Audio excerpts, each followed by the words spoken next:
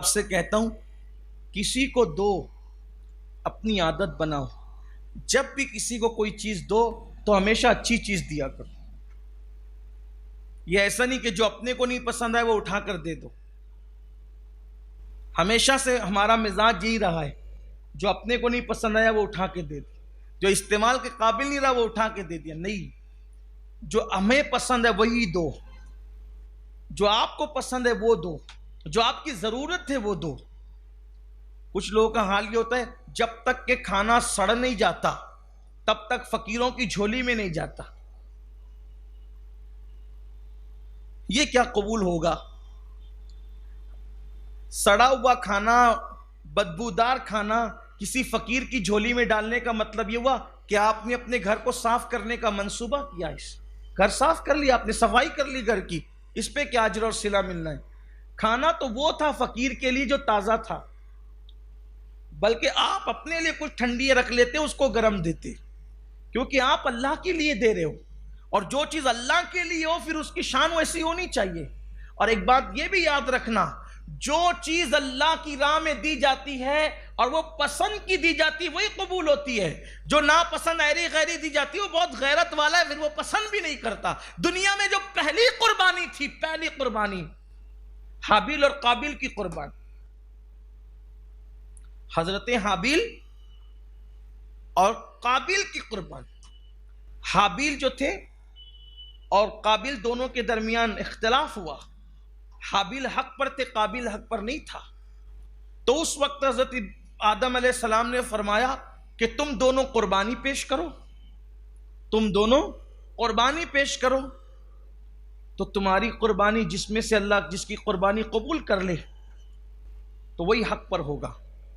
اب چونکہ جو حق پہ تھا وہی نیک تھا، جو حق پہ تھا وہی پرہیزگار تھا، جو حق پہ تھا، تو جب حابیل کو پتا چلا کہ ابا کہہ رہے ہیں قربانی کرو، تو جناب حابیل نے ایک بہترین خوبصورت دمبا، بڑا حسین و جمیل دمبا، وہ دمبا جو ہے وہ قربانی میں رکھا، اور قابیل نے اپنی کھیت میں سے سڑی ہوئی بالیاں، وہ جو بالیاں ہوتی ہیں جس میں اناج لگا، سڑی ہوئی بالیاں وہ رکھ دی۔ اب یہ پہلی قربانی تھی دنیا کی پہلی قربانی، حابیل اور قابیل۔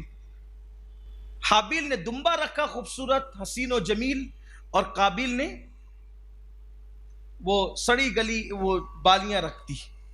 اور قبولیت کی نشانی اس دور میں یہ تھی کہ جس کی قربانی قبول ہوگی آگ آئے گی اور اس کو اٹھا کے لے جائے گی، بغیر دھوئیں کی آگ آتی تھی، بغیر دھوئیں کی آگ، اور اس کو اٹھا کے لے جاتی تھی، اور جو پڑی رہ جاتی تھی وہ قربانی مردود ہو گئی، رد ہو گئی، قبول نہیں ہے۔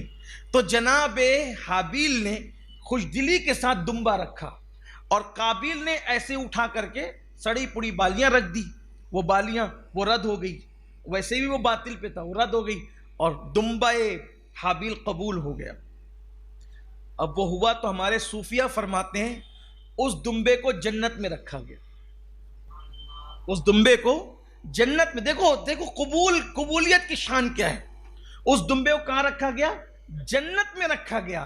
اور پھر آدم علیہ السلام کے وہ دونوں سگے بیٹے تھے، تو دور آدم سے لے کر دور ابراہیم علیہ السلام تک وہ دمبا جنت میں رہا۔ اب اسماعیل علیہ السلام کے جب فدیہ دینے کی بات آئی تو جنت سے وہی لا کر کے ان کے بدلے میں پیش کیا گیا۔ یہ خلوص کی برکت ہے، جو اللہ کی راہ میں دی جاتی ہے اس کی برکت ہے۔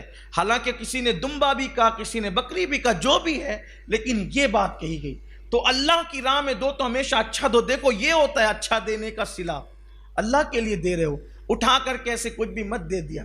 جس کے لیے دے رہے ذرا اس کی ذات تو دیکھو، وہ کتنی اچھی اچھی نعمتیں ہمیں دیتا ہے۔